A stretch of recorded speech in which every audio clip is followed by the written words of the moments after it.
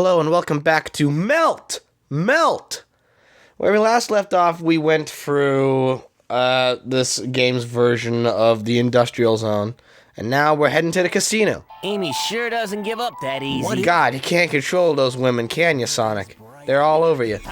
Feeling lucky? Sonic, we only have 24 hours left. Jesus Christ, are you serious with me, Tails? We've only got 24 hours left.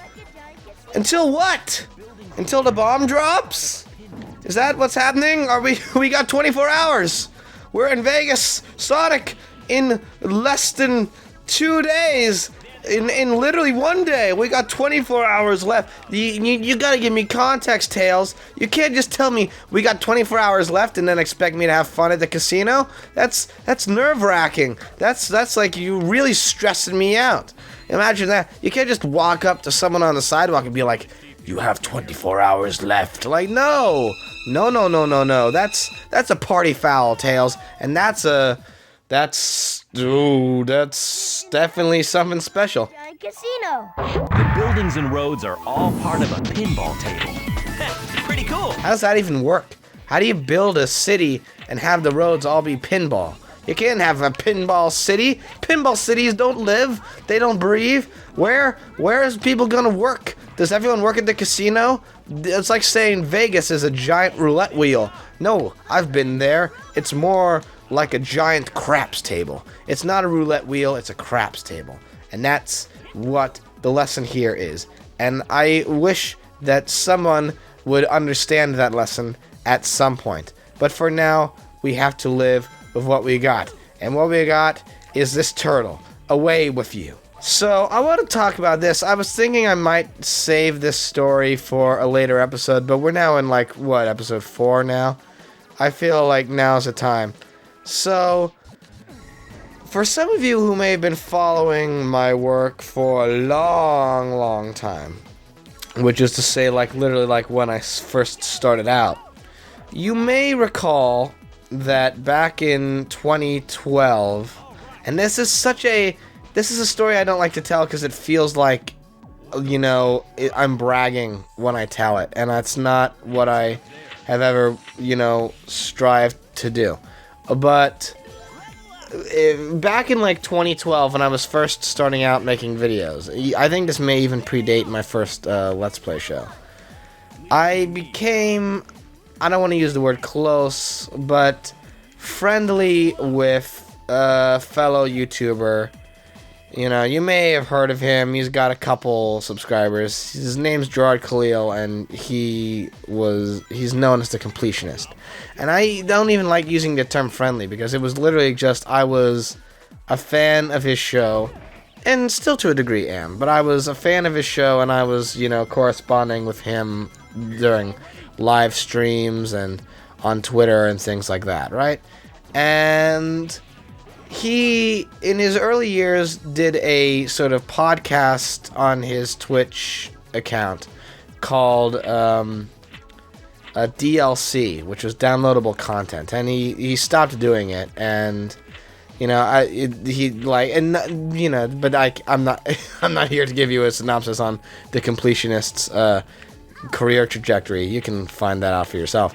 But he did essentially this show on Twitch where he would talk about video gaming stuff with a couple of guests and occasionally members of the audience who were watching the live stream. And there was an episode of his show that he did where he was talking about overrated and underrated games, and I happened to be on that episode, which was, at the age of 16 or whatever, was a big, highlight for me. Just the idea that, because I was starting off on YouTube, and then being able to reach a point where I was and again, it seems so quaint, because it's now, having done this for almost 10 years, I recognize that, I'm gushing over talking to another human being. But at the time, it was really something special to be able to, talk to a big name on YouTube like that. And So the point of the story was he was doing this podcast called DLC, and he was asking people about what did they feel were some of the more either overrated or underrated video games in the history of gaming. And I got on the program and said that I felt that one of the more underrated video games from my life was this, Sonic Heroes. And like I said in episode 2, it wasn't even like I was a big Sonic fan, but I just felt like, you know, in those days you'd hear people all the time going like, oh, where's Sonic Adventure 3, Sonic Adventure 3? And I always felt like that's what this was. This game was Sonic Adventure 3 because it had both all the pros and cons of the Sonic Adventure series. And the video exists. You can see it on my personal channel because the episode of his podcast that got taped never came out. So I essentially did a video with the completionist back when I was an absolute no one, and no one ever saw it. But but on that video I say that this game is one of the more underrated games in game history, and boy, I don't stand by that statement now. This game is flawed as mother. I mean, it is flawed. And it's got a lot... I can't... Actually, you know what? No, it's not flawed. It's bad. It's like... It's a bad game. I can't even use the phrase flawed, because flawed implies that the underlying all of it, there's something that works. And I don't even know how I convinced myself over these years to believe that this game really worked, heavily. I don't know how I convinced myself that that was the case. I'm realizing now that I always disliked this game, and the only reason I liked it in the first place was because all of my friends who I had as an elementary school kid, none of my friends liked Mario, they all liked Sonic, and I had to I got, peer pressured into thinking that I liked this game. And I don't like this game. I think it's trash. I thought it was trash when I was a kid. I just thought that it was it played poorly, had, really off-the-wall controls and mechanics. I didn't like the aesthetic, which we've already talked about. And I just thought it was not a very good franchise.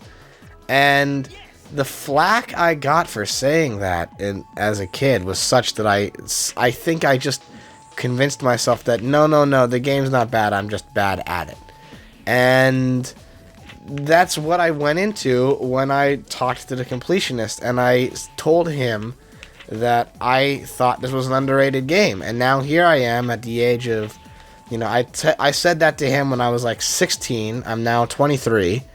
And I know you're not watching, Gerard, but if you're out there, I want to say, well, first off, I want to say sorry that I went completely dark on you after a while, but also I want to say sorry for ever suggesting that this game was underrated. I take back everything I ever said to you. Because, boy, aside from the complimentary stuff, I take back all the things I ever said about this game. Because, boy, almighty, I don't think it's very good.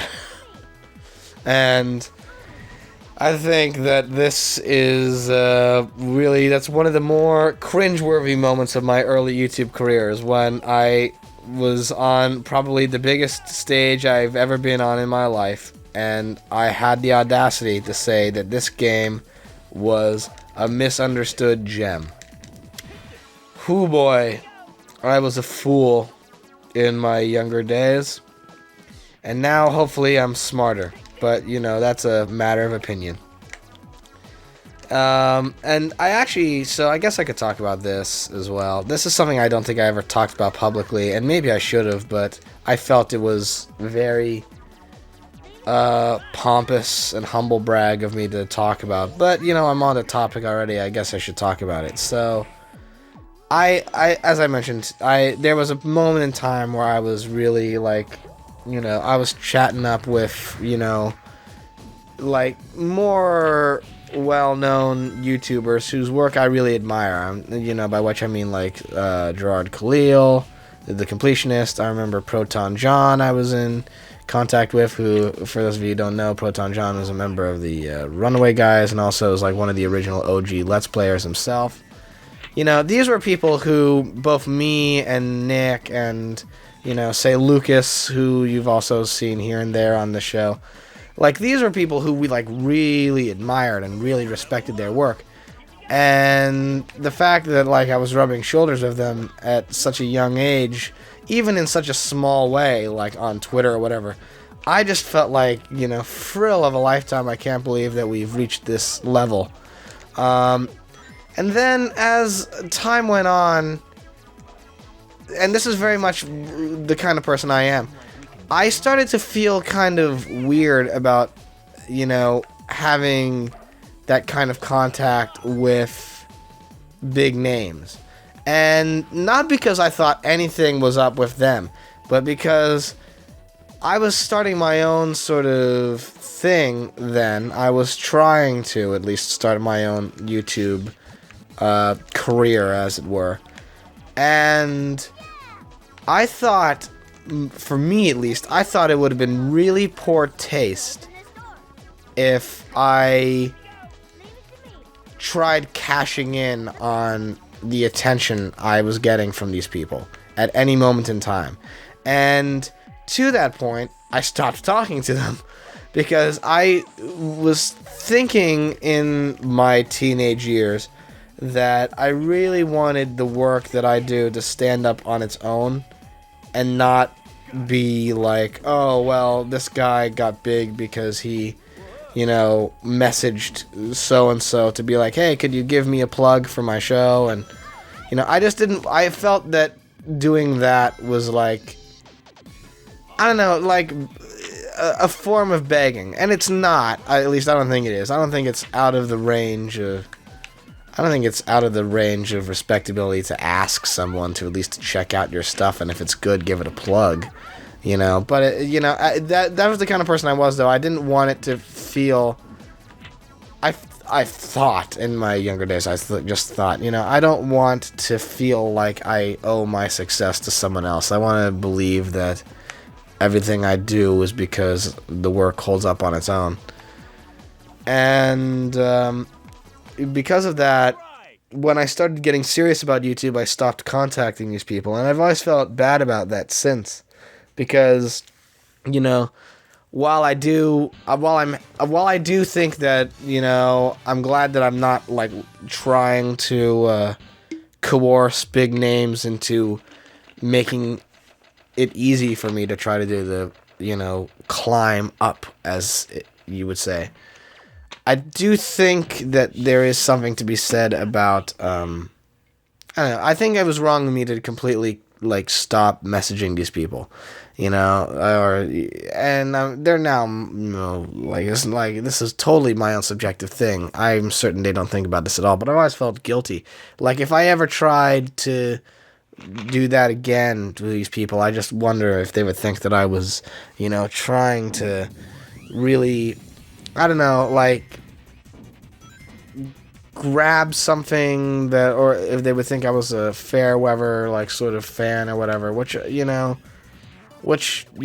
maybe I am, maybe, but I just always felt bad that, my contact with those people ended in that way, that I just, like, shut them out. But, it's not like we were ever close friends or anything, but it's one of those things, like, I always feel, this is why I never talked about this topic for the longest amount of time, because I didn't want it to feel like I was, one of those obsessed fans or whatever. I thought that would have been really, really, poor form. But now I can talk about it. I think enough time has passed that, like, they're all successful and happy, and I'm doing my thing, so I'm not too beat up about discussing it. But, it is something that was on my mind for a while. And it was definitely on my mind playing this game, because that was a big, that was a big thing for me when I got to talk to a creator like the Completionist, and then ramble incoherently about Sonic Heroes. You know, now I'm very much like, I wish that I could have had that kind of contact with big names when I was, older and more literate. But I'm currently not there yet, so whatever. There's a point to that story, but I don't really know what it is. So this is another long episode. Okay, so alright, I'm using that honestly as an excuse to call this episode here.